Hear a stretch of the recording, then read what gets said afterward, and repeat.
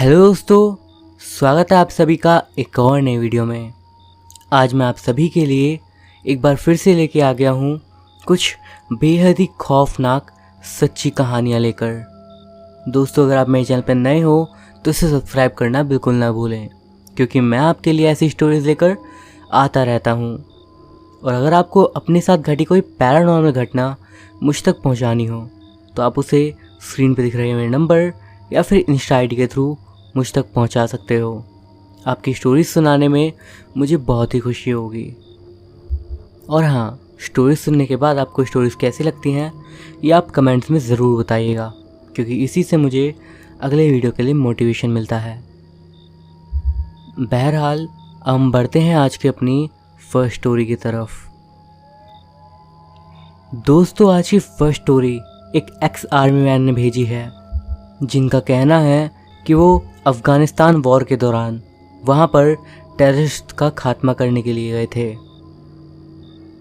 और वहाँ पर उनके साथ कुछ ऐसा हुआ जिसके बाद उन्हें इवन अपनी जॉब तक छोड़नी पड़ी। इसी के साथ हम बढ़ते हैं उनकी घटना की तरफ।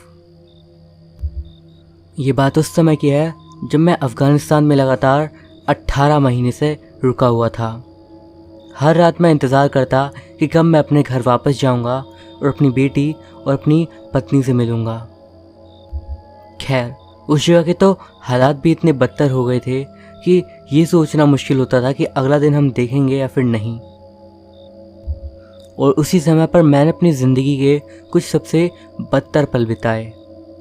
लगातार वॉर जोन में रहने से लेकर कई लोगों की कटी फटी लाशों तक देखी मैंने अपने भाई खोए, अपने दोस्त खोए और कई लोगों को इस तरीके की हालत में देखा जो आप कभी अपने सपने में भी इमेजिन ना कर पाओ। इतना सब कुछ देखने के बाद मुझे तो ऐसा लगता था कि मैंने इतना कुछ देख लिया है कि अब इससे ज़्यादा बुरा और क्या हो सकता है, इससे ज़्यादा कुछ शैतानी नहीं हो सकता है। मेरे स्किल्स के कारण मुझे ज़्यादातर सुनसान एरिया में ही तैनाती दी जाती थी, जहाँ पर मेरा काम होता था जिहादीज़ को पकड़ना। वहाँ पर तो शायद कोई एक ही दिन ऐसा होता होगा जब पूरा दिन शांति से निकल जाए, वरना हर दिन किसी न किसी की मौत या फिर हमें ही किसी को मारना पड़ता, और वो सारे के सारे आतंकवादी होते। उनकी और हमारी दोनों साइड से लगातार डेली जान जाती रहती थी। पर मेरे हिसाब से ये जंग ज़रूरी थी उन आतंकवादियों को उनकी औकात याद दिलाने के लिए। आर्मी में आने से पहले मैं एक गांव में रहता था और वहाँ पर मैं कई सारी चीज़ें खुद से ही सीखा था, काफ़ी छोटी उम्र में। जैसे सुनसान जगहों पे अपने लिए खाना ढूंढना, पानी ढूंढना और भी बहुत कुछ। इसी कारण जब मैं आर्मी में आया तो मुझे इन सब चीज़ों का भी काफ़ी ज़्यादा फ़ायदा हुआ।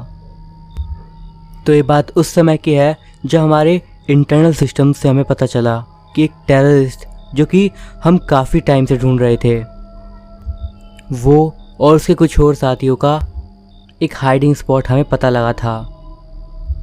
माउंट सीकाराम पाकिस्तान और अफ़गानिस्तान के बॉर्डर के बीच में एक पहाड़ है,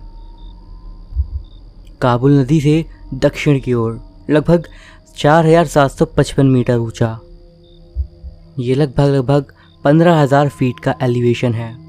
और हाँ, ये काफ़ी ज़्यादा मुश्किल जगह थी चढ़ाई के लिए, लेकिन आतंकवादियों के लिए उतनी ही ज़्यादा चालाक जगह भी, क्योंकि यहाँ से वो आसानी से बॉर्डर पार कर सकते थे। बट उस जगह पर उन्हें पकड़ के लाना एक काफ़ी ज़्यादा कठिन ऑपरेशन था, क्योंकि हम उस पहाड़ी को जितना जानते थे, हमसे 10 गुना ज़्यादा वो लोग उस पहाड़ी को जानते थे। इसीलिए हम लोगों को एक काफ़ी ज़्यादा तगड़ा प्लान बनाना था उन्हें पकड़ने के लिए। अपने प्लान के मुताबिक सारे ज़रूरी सामान के साथ हम लोग अपने चॉपर के साथ निकल पड़े। जब हम उस जगह पर पहुँचे और हम लोगों ने चॉपर से बाहर की ओर देखा तो चारों तरफ सिर्फ ऊंची ऊंची पहाड़ियाँ दिखाई दे रही थी, कई मील दूर तक। यही था विशाल हिंदू कुश। एक ठीक जगह देखकर हम उस जगह पर नीचे उतरे, बट उस जगह पर उतरने के बाद एक अजीब सी फीलिंग मेरे अंदर आ रही थी। हम एक ऐसी जगह पर थे जहाँ से काफ़ी ज़्यादा दूर तक कोई भी नहीं था, सिवाय हो सकता है उन आतंकवादियों के। एक पल को मेरे दिमाग में ये बात आई कि अगर किसी तरह की कोई परेशानी होती है तो हमारे पास मदद आने के लिए कई घंटे बीत जाएंगे। वहाँ पर हमारी 2 टीम्स गई थी, टीम अल्फ़ा और टीम ब्रावो। एक बार वहाँ उतरने के बाद हम अलग अलग दिशाओं से धीरे धीरे ऊपर की ओर बढ़ने लगे। जिस जगह पर हम उतरे थे वहाँ से भी हमें अच्छी खासी चढ़ाई खुद करनी थी, और हमें ये भी नहीं पता था कि हो सकता है कि वो सबसे ऊपर ही बैठे हमारी ओर ही देख रहे हों। इसीलिए हम छुप छुप कर ऊपर चढ़ाई कर रहे थे। जब सूरज ढल गया तो हमने सोचा कि रात में ऊपर बढ़ते रहना बिल्कुल भी खतरे से खाली नहीं होगा। इसीलिए हम लोगों ने वहीं पर अपने कैंप्स लगा लिए। हम लोगों ने वहाँ पर अपने कैंप लगाए और उसके बाद धीरे धीरे सभी लोग आराम करने लगे और एक एक सिपाही 2-2 घंटे की शिफ्ट में पहरेदारी करने लगा। जैसे ही मैंने एक बार लेटकर अपनी आंखें बंद करी, मुझे एकदम से ही नींद आ गई, क्योंकि मैं सच में काफ़ी थका हुआ था। कुछ घंटे बीत गए होंगे कि एकदम से मेरी आँख खुली। सबसे पहले मुझे समझ में नहीं आया कि ऐसा क्या हुआ था जिससे मेरी इतनी गहरी नींद टूट गई, क्योंकि मैं खुद से उठा था, मुझे किसी ने उठाया नहीं था। अपनी आंखों पर थोड़ा हाथ रगड़ते हुए मैं वहाँ से बाहर निकला और अपनी घड़ी को देखा। जब मैंने टाइम देखा तो मेरी हैरानी का ठिकाना नहीं रहा। मुझे 1 घंटे पहले ही उठना था। अब मैंने बाहर देखा तो उस समय कोई भी नहीं था। मैं सोचने लगा। मैंने फ़ौरन अपनी गन को तैयार करा और उसके बाद बाहर निकल गया। बाहर निकलने के बाद मेरी आइज़ को अंधेरे में एडजस्ट होने के लिए थोड़ा सा टाइम लगा, और उसके बाद मैंने ऊपर देखा। बादल और हल्की हल्की चंद्रमा की रोशनी चारों ओर फैली हुई थी। आसपास ऐसी कई सारी जगह थी जहाँ पर हमारे दुश्मन छुप सकते थे और हम पर नज़र रख सकते थे। मैं यही सब चीज़ें सोचे जा रहा था कि क्या हो अगर वो हम पर लगातार नज़र ही रख रहे हों। मैं अपने आसपास होने वाली हर एक आवाज़ को सुनने की कोशिश कर रहा था, लेकिन बस एक आवाज़ मुझे अब सुनाई आ रही थी, और वो थी हल्की हल्की, किसी के मानो घसीटे जाने की या फिर ऐसे ही कुछ। मुझे एकदम से गट फीलिंग आने लगी कि कुछ बहुत बुरा होने वाला है, बट मैं स्टिल उसी जगह पर खड़ा रहा। मैं बस सोच रहा था कि आखिर ये हो क्या रहा है। तभी एकदम से मुझे एक आवाज़ आई ऊपर की तरफ थोड़ी सी, और वो जगह थोड़ी सी ऊपर की ओर थी, लेकिन मुझे लगा कि उस जगह पर कोई तो है।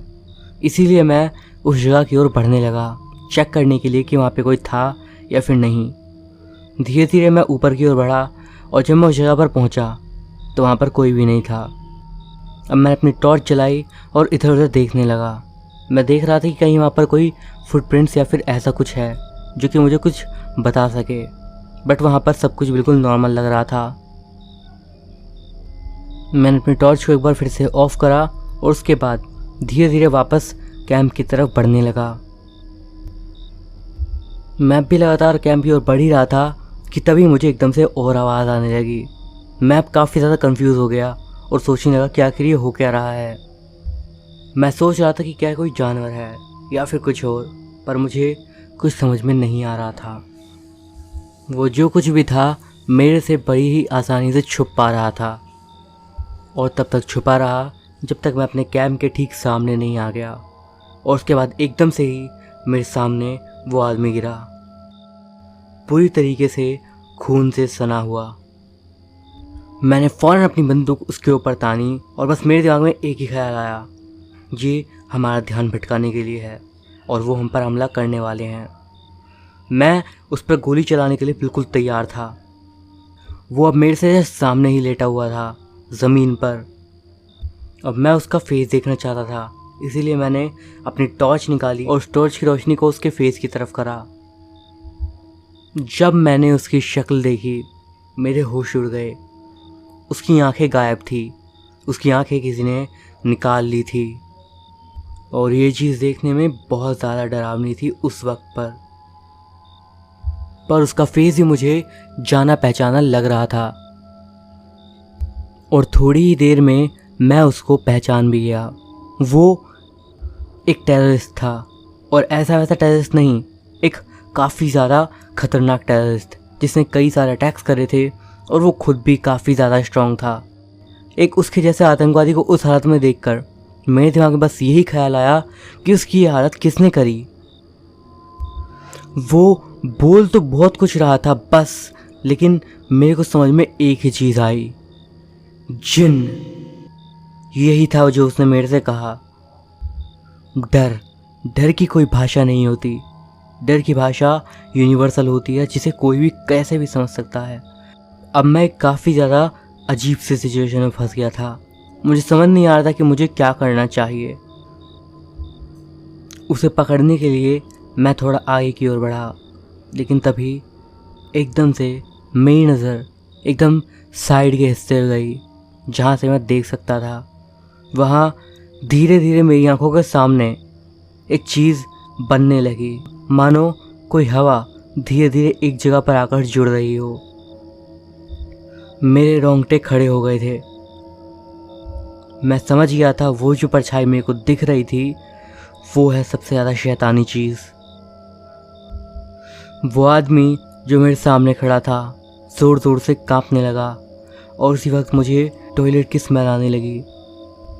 बट मैं इतना ज़्यादा डर गया था कि मुझे ये नहीं पता चला कि ये वो था या फिर मैं बस उस चीज़ को देख रहा था हमारे सामने।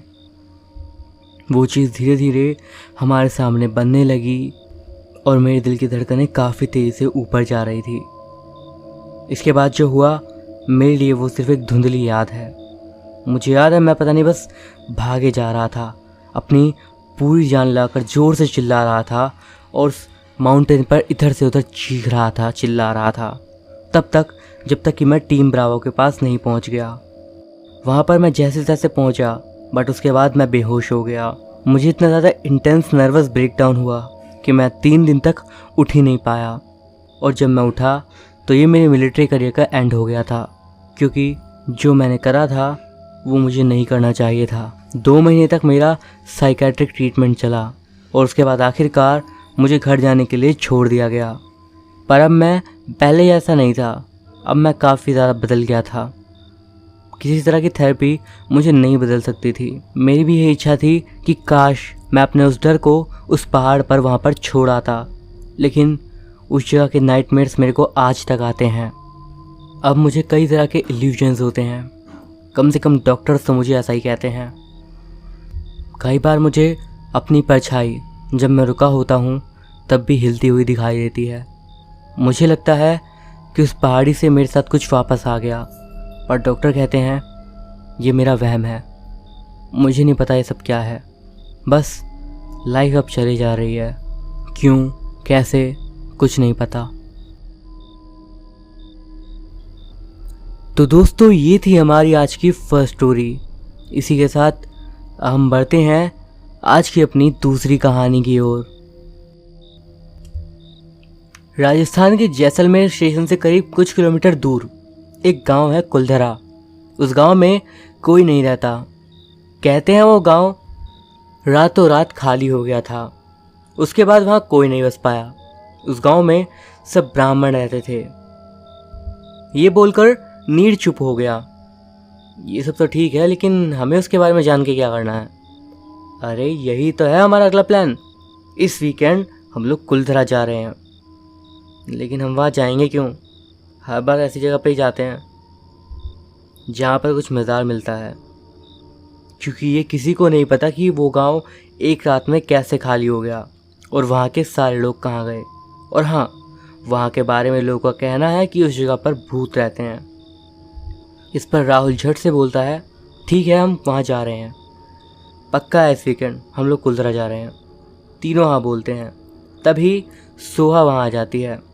मतलब मेरे बिना ही घूमने जाया जा रहा है? ऐसा हो सकता है कि तू रह जाए, हम तुझको ना भी ले तब भी तू वहाँ पर पीछे पीछे आ जाएगी। हाँ बात तो तूने बिल्कुल ठीक कही है, बट तुम लोग जा कहाँ रहे हो? सोहा कहती है कुलधरा गांव राजस्थान, जहाँ भूत रहते हैं और वो किसी को नहीं छोड़ते।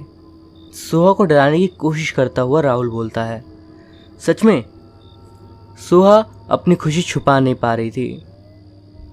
हाँ सच में, और वो भी इसी शनिवार को। वैसे सोहा तू इतनी खुश क्यों हुई? अरे वो जगह जाना माना है और मेरा बचपन से वहाँ जाने का सपना रहा है। और अब वो पूरा होने जा रहा है तो खुश होंगी ना। सपना क्यों रहा है? क्योंकि मैं उत्तराखंड से हूँ। सुहा कुछ बोलती उससे पहले ही राहुल उसकी बात काटता हुआ बोलता है, हाँ तो हम लोग भी उत्तराखंड से ही हैं, लेकिन हमारा ऐसा कोई सपना नहीं रहा। तभी नीर बोलता है, तुम तीनों हो, मैं नहीं हूँ उत्तराखंड से। राहुल कहता है, हाँ यार फीलिंग समझ, बातों में क्या रखा है। और सुहा तू बता तू क्यों जाना चाहती है? अरे यार मुझको पापा ने बताया था कि हम राजस्थान से हैं, हम राजस्थान से भागकर ही उत्तराखंड आए थे। कैसे, मतलब पूरी कहानी अच्छे से बता ज़रा। पापा बताते हैं कि बहुत साल पहले हम राजस्थान में रहते थे, तब हम ब्राह्मण हुआ करते थे। एक बार की बात है, तब वहाँ मुस्लिम समुदाय का शासन हो गया था। जो वहाँ का मंत्री था उसको ब्राह्मण की बेटी पसंद आ गई। तब पानी घर के पास नहीं था। गांव की महिलाएं और लड़कियां गांव के बाहर तालाब से पानी लेने जाती थी। तब ब्राह्मण की बेटी पानी के लिए जा रही थी। उस पर वहाँ मंत्री की नज़र पड़ गई तो उसने उसके घर में उससे अपनी शादी की बात कही, लेकिन ब्राह्मण अपनी बेटी उसको नहीं देना चाहते थे। तो उस मंत्री ने बहुत कोशिश करी उसे मनाने की, लेकिन फिर भी ब्राह्मण ने अपनी बेटी उसे नहीं दी। जब वो मंत्री कुछ ना कर सका तो उसने कर बढ़ा दिया तथा उनको और भी तरीके से परेशान करने लगा, और उसने उन्हें चेतावनी दे दी, या तो उस लड़की को अपनी मर्जी से मेरे हवाले कर दो, नहीं तो मैं उसे उठा के ले जाऊंगा। ब्राह्मण मंत्री के अत्याचार से परेशान हो गए थे, तो उन्होंने रातों रात एक मीटिंग बुलाई और वहाँ पर ही सबने एक साथ गांव छोड़ने का विचार करा। उन्होंने कहा, हम अपनी इज्जत को किसी को ऐसे नहीं दे सकते। इसीलिए एक ही रात में पूरा गांव खाली हो गया और ब्राह्मण उस जगह पे श्राप देकर आए कि ये ज़मीन अब कभी भी उपजाऊ नहीं होगी। उस एक रात के बाद पता ही नहीं चला कि पूरा गांव कहाँ गया। वहाँ से निकलने के बाद गांव वाले नगर नगर होते हुए उत्तराखंड पहुँच गए। कुछ लोग उत्तर प्रदेश में भी रुक गए, लेकिन कुछ लोग आगे चलते चलते उत्तराखंड जाकर रुके और उन्होंने वहीं पर अपना गांव बसाया। मज़ा आ गया था ये स्टोरी सुनकर। मुझे खुद आज तक नहीं पता था कि हम लोग वहाँ कैसे गए। तभी तुम लोग राजपूत हो, वरना राजपूत तो बस राजस्थान में थे, नीर कहता है। अब मैं भी वहाँ जाना चाहूँगा। कभी हमारे पूर्वज रह रहे हो वहाँ पर, देखना चाहूँगा कि वहाँ हम कैसे रहते थे, संदीप भी कहता है। हाँ, इसी वजह से मैं और मेरी दीदी बचपन से वहाँ जाना चाहते हैं, सुहा कहती है। ठीक है, शनिवार की तैयारी कर लो फिर। अब ज़रूरी सामान को अपने साथ रख। वो शनिवार सुबह ही निकल जाते हैं और दिन तक वो कुलधरा पहुँच जाते हैं। पहले वो दिन में पूरा कुलधरा गांव घूम लेते हैं। घूमते घूमते वो लोग उस गांव के लोगों की बहुत तारीफ़ करते हैं। यूँ सबको वही कहानी पता चलती है जो सुहा ने बताई थी, जिसकी वजह से उनको गांव छोड़ना पड़ा। वहाँ का दीवान था सालम सिंह। तकरीबन 200 साल पहले वो गांव खाली हो गया था। गांव के लोगों ने वहाँ के घरों का निर्माण बहुत ही अच्छे तरीके से किया था। वहाँ गर्मी के टाइम भी तापमान ज़्यादा नहीं होता था। उन्होंने बरसात के पानी का भी प्रबंध अच्छे से कर रखा था। बरसात का पानी रेत में सूखने के बजाय नीचे जमा हो जाता था। घरों को भी इस प्रकार बनाया था जिससे घर में हवा आती रहे, और साथ ही घरों की खिड़की दूसरे घरों से मिलाकर बनाई गई थी। उन्होंने पूरा गांव घूम लिया और शाम हो गई थी, इसीलिए सबको बाहर कर दिया गया। कुलधरा गांव के दरवाजे बंद कर दिए गए। राहुल और उसके दोस्त वहां से चले गए। सुहा कहती है, अब वापस कुछ खा के आएंगे, बट रात को अंदर कैसे जाना है? नीर कहता है, तू खाने में ध्यान दे, बस ये हम पे छोड़ दे। सभी जैसलमेर जाके खाना खाकर वापस कुलधरा आ जाते हैं। वो लोग दीवार को पार करके कुलधरा गांव के अंदर पहुंच जाते हैं, लेकिन जैसे ही वो थोड़ा और अंदर जाते हैं, वहाँ का नज़ारा देख उनकी आंखें फटी की फटी रह जाती है। वो चूटी काटी, मुझे कहीं मैं सपना तो नहीं देख रही? सोहा कहती है। तुम लोग भी वही देख रहे हो ना जो मैं देख रहा हूँ? तीनों एक साथ बोलते हैं, हाँ हम भी वही देख रहे हैं। संदीप कहता है, तो क्या हम लगभग 200 साल पहले आ गए हैं? संदीप बोलता है, दिन में तो यहाँ पर ऐसा कुछ भी नहीं था। सामने कुलधरा गांव ठीक वैसा था जैसा शायद पहले कभी था। घर अच्छे से बने हुए थे, सभी लोग खुश थे, अपना अपना काम कर रहे थे, बच्चे खेल रहे थे और गांव हरा भरा, चारों तरफ सिर्फ खुशहाली थी। तभी उनको लड़कियों का एक झुंड पानी की मटकी लेकर एक और जाता दिखा। राहुल बोलता है, क्या सुंदरता है इनकी। भले ये लोग आज के ज़माने की नहीं है, लेकिन इनके चेहरे पर कितना तेज़ है। तू यहाँ से निकल, फिर तुझको बताती हूँ। वैसे बात तो सच है, सोहा बोलती है। और चाल देखो, इन्हें तो दुनिया की कोई खबर ही नहीं है। वो लड़कियाँ अपने ही मजाक करते हुए आगे बढ़े जा रही थी। एक लड़की बाकी की लड़कियों को बहुत छेड़ रही थी। उनकी बातों से लगता था जैसे उसकी शादी होने वाली है। हंसी खेलती वो लड़कियाँ बहुत अच्छी लग रही थी। सोहा और उसके दोस्त भी उनके पीछे पीछे चल देते हैं। जब लड़कियाँ पानी लेके वापस जाने लगती हैं, तभी घोड़ों के चलने की आवाज़ आती है। सभी फटाफट अपने मुंह को दुपट्टे से ढक लेती हैं और रास्ते से हट जाती हैं। लगता है कोई राजा आ रहा है, नीर बोलता है। देखते ही देखते वहाँ से कुछ घोड़े तेजी से आगे निकल जाते हैं। तभी एक लड़की की मटकी नीचे गिर जाती है और वो पीछे आ रहे घोड़े की राह को रोक लेती है। उस घोड़े में जो बैठा था तेज चिल्ला के बोलता है, तुमको ज़रा भी अक्ल है या नहीं? ऐसे राह रोक दी मेरी। तू जानती नहीं मैं कौन हूँ? दीवान हूँ मैं यहाँ का, और तू मेरी राह में ऐसे मटकी गिरा रही है।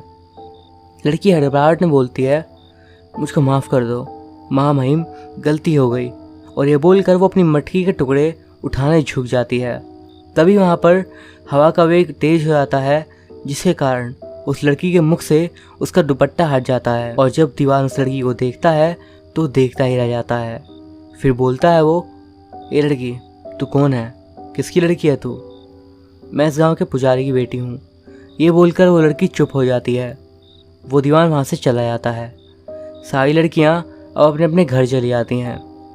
ओह, तो ये था दीवान सालम सिंह, सोहा बोलती है। मानना पड़ेगा इसकी पसंद की लड़की बहुत सुंदर है। तुझको तो मैं घर पहुंचने के बाद बताऊंगी।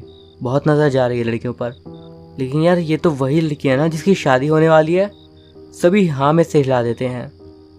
चलो अब गांव में और घूम कर आएँ। उस मंदिर के पास जाते हैं जहाँ दिन में ना मूर्ति थी ना ही कोई पुजारी। चारों मंदिर की तरफ बढ़ते हैं। वहाँ पर कोई पंचायत बैठी थी। तभी वहाँ पर दीवान सालम सिंह आ जाता है और बोलने लगता है, सुनो पुजारी, तुम अपनी लड़की की शादी मुझसे करा दो, वरना तुम लोगों के लिए ठीक नहीं होगा। और उस बारे में सोचने के लिए तुम लोगों के पास बस आज का ही दिन है। ये बोलकर वो वहाँ से चला जाता है। सभी गांव वाले आपस में बात करने लगते हैं। एक बोलता है, सालम सिंह के अत्याचार तो दिन प्रतिदिन बढ़ते जा रहे हैं। दूसरा कहता है, हाँ, पर हम कर भी क्या सकते हैं। तभी तीसरा बोलता है, उसने हमको बस आज का ही समय दिया है। तभी पुजारी बोलता है, मैं अपनी लड़की उसके साथ कभी नहीं ब्याहूंगा। बाकी गांव वाले बोलते हैं, अपनी लड़की की शादी हम उसके साथ नहीं कर सकते। गांव का मुखिया बोलता है, हमको आज ही रात में गांव खाली करना होगा, इससे पहले वो सालम सिंह हमारी लड़कियों को ले जाए या फिर कुछ और गलत करे। हमें यहाँ से जाना होगा। सभी गांव वाले उसकी बात मान लेते हैं और फिर सभी लोग अपने घर चले जाते हैं और वहाँ से निकलने की तैयारी करने लगते हैं। अब गांव में रात होने लगती है। सभी घरों की लाइट बंद हो जाती है। संदीप बोलता है, यार इतना टाइम हो गया, कोई बाहर क्यों नहीं आ रहा? ये सब तो बोल रहे थे कि गांव खाली करना है। हाँ यार, राहुल कहता है। तभी घोड़ों की चलने की आवाज़ आती है। अरे ये तो सालम सिंह है और उसके साथ इतने सारे सैनिक। सालम सिंह जोर से चिल्ला के बोलता है, सभी को घरों से बाहर निकाल के मार डालो, गांव छोड़ के जाएंगे ये लोग। मैं भी देखता हूँ कैसे जाते हैं। सभी सैनिक घरों में घुसने लगते हैं। सैनिक धीरे धीरे बताते हैं, सारे घर यहाँ पर खाली है, कोई भी नहीं है। ऐसे ही एक एक करके जब सैनिक हर घर में जाते हैं तो सब लोग यही बोलते हैं, यहाँ पर कोई नहीं है। अरे कहाँ गए सब? हमने सबको देखा था भी अंदर जाते हुए, सोहा कहती है। चारों ही सोचने लगते हैं। सालम सिंह खुद घर में जाता है और पूरा घर ढूंढता है, लेकिन उसे कोई नहीं दिखता। लेकिन उसकी नज़र एक सुरंग पर पड़ जाती है। सैनिकों, सुरंग में घुसो और मार डालो उन लोगों को, कोई जिंदा ना बचे। आधे से ज़्यादा लोग सुरंग से बाहर निकल चुके थे, लेकिन जो लोग सुरंग में थे वो ज़ोर ज़ोर से चिल्ला रहे थे। चिल्लाने की आवाज़ पूरे गांव में गूंज गई, लेकिन सुरंग का दरवाज़ा दूसरी साइड से बंद हो गया था, तो ज़्यादा गांव के लोग बच के निकल गए थे। लेकिन न जाने कितने बच्चे और परिवार सालम के सैनिक द्वारा मारे जा चुके थे। सैनिक मारा जब कोई नहीं बचा, सालम अपने सैनिकों के साथ वापस चला जाता है। यार ये तो बहुत ज़्यादा तेज थे। इतना दिमाग तो आज की साइंस ने भी नहीं लगाया जितना इन लोगों ने लगा लिया। लेकिन दीवान ने कैसे उन्हें बेरहमी से मार दिया। रात का आधा पहर बीत चुका था, अब आधा बजा था। वो लोग आपस में ही बात कर रहे थे, तभी वो लोग फिर से चौंक जाते हैं। अब उनके सामने गांव का एक नया रूप था। ये सब क्या हो रहा है? कौन चिल्ला रहा है यहाँ वहाँ? और ये रोने की आवाज़ें? वो उस घर की तरफ भागती है जहाँ से आवाज़ आ रही थी। पूरा गांव रो रहा था।